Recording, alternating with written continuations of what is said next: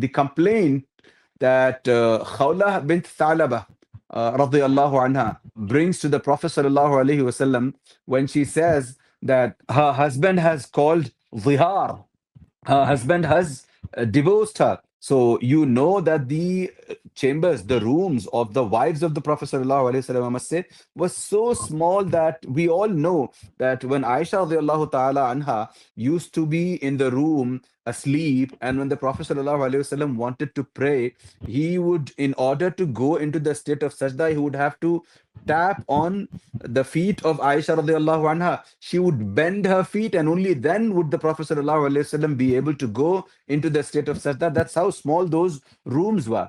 So here, Aisha radiallahu ta'ala anha herself makes a mention of this narration. She says that Khawla had come talking to the Prophet sallallahu alaihi wasallam about a complaint she had about her husband, and they both were talking, and I was elsewhere, perhaps in the kitchen or doing something else in, in another corner of the same small room.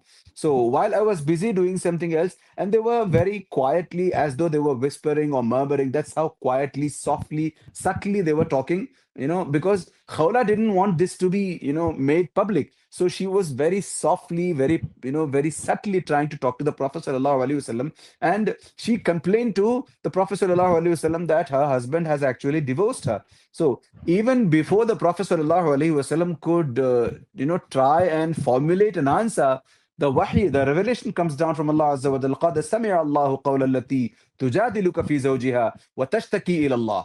So Allah Azza wa Jalla, the minute this revelation comes down, Aisha radiallahu ta'ala anha, when she gets to know of this revelation, she says, Ha anadha fi bayti. I mean, I am here in the very same room where the Prophet sallallahu alaihi wasallam and Khawla are talking to each other, and I could not hear even a single thing. And Allah Azza wa Jal heard it fawqa arshihi, min fawqi arshihi. Allah Azza wa Jal could hear it all the way from above his throne. So that's how, and that's who Allah Azza wa Jal is as far as is ulu sifah is concerned.